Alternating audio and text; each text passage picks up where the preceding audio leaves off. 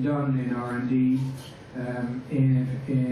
from leading companies and development organizations around the world. And we see that on a daily basis. I'll get back to that. Just to give you some reference point on what we're talking about in terms of size. So the IP commercialization market is estimated at being about $500 billion and growing strongly.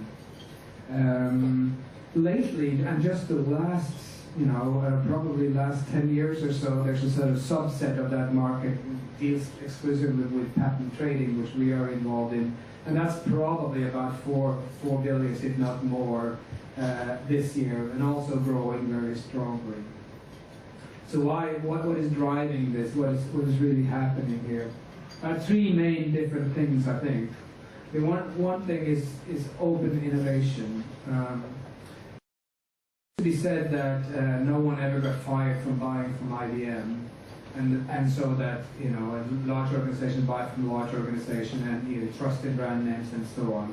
More and more we see that large companies themselves are open because they can't develop things fast enough themselves. They have to buy.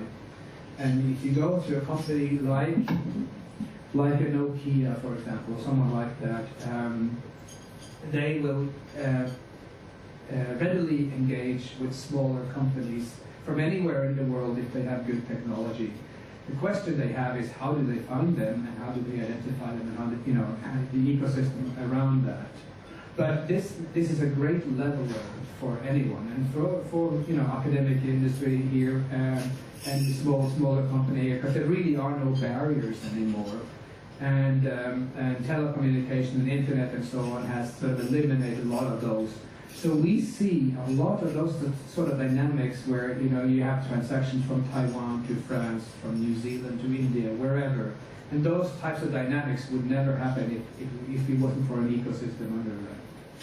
The other thing is standardization, is that more and more things are getting modular and they're more and more standardized, so people develop and organizations develop according to standard, which means that typically you can buy and plug in modules and you have to develop things. But that also means that it also opens up doors. And the third one is the financial situation, and no question that the last 2 years has been brutal for a number of companies, but it also gives others opportunity. It does open up in two ways. One is that companies now have a focus on asset utilization that they maybe didn't have before, and the boards and governors of the company forces management to really go through their portfolios, and if it's not strategic, if it doesn't support the business, get rid of it or do something with that. So that and many of the Fortune 500 types of companies are going through exactly the same types of processes. So in terms of who's selling and why are they selling? So Fortune 500 companies, of which we have quite a few as clients, they are, almost all of them, divesting of non-core, non-strategic assets. And when it comes to patents itself, patent is a peculiar instrument because it doesn't really show up anywhere. So if you have a big portfolio, there's really nothing in your balance sheet that will tell you that. So when companies divest of them, it's all sort of off-balance sheet transactions, and with, guess what, 100% margins. So they drop down to the bottom line, and whip out, there's your quarter results. And we see more and more that actually companies are starting to use this for strategic purposes. If you don't reach your sales goal and sales targets for the quarter, here's a very good way of boosting your bottom line. So there's a lot of strategic selling like that going on.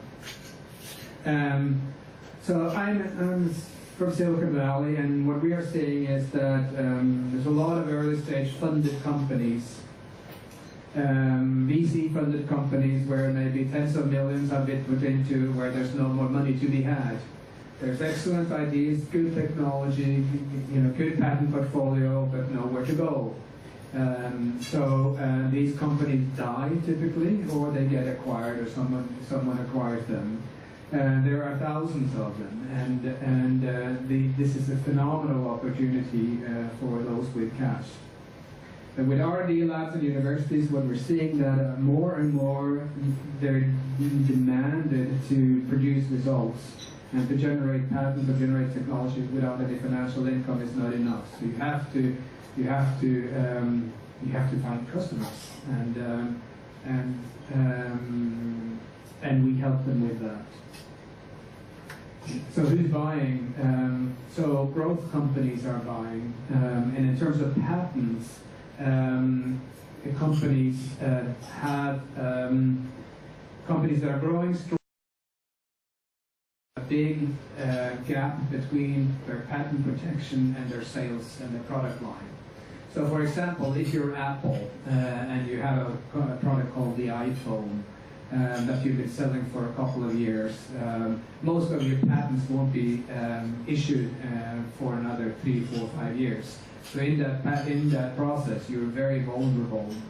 But you're certainly not going to advertise to the world that you're missing patents, so they buy in stealthily.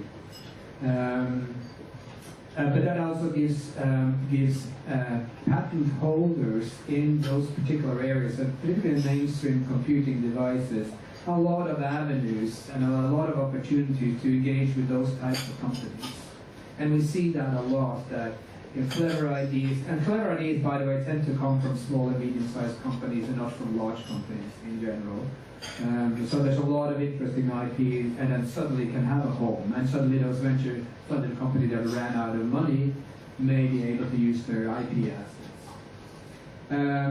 There's a category called defensive pooling organizations, and these are typically funds that are set up specifically to protect large companies.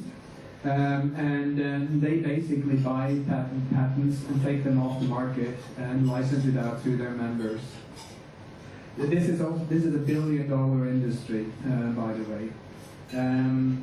There's offensive companies that buy patents and IP for enforcement reasons. In other words, if they know that Apple is missing, they certainly will use all their opportunities to go after them.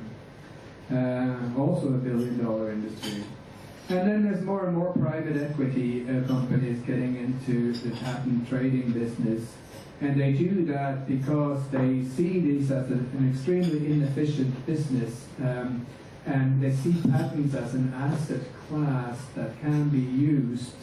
And you basically, as any other asset class, if you could pool enough assets together, you can create financial bundles around it, and you create licensing revenues and that sort of thing. Not unlike what happens in sort of mortgage financing and those types of things. Actually, this market is not unlike real estate at all. It's very similar in many ways. So very often assets are bought in stealth mode, and as I said, it's not unlike real estate. Initially, these transaction forms have happened directly between organizations, so company A sold to company B, or licensed to company B. And that was the same way that real estate started. A seller would sell directly to a buyer. But now, what's happening now is that there's a whole sort of group of players like us and financing companies,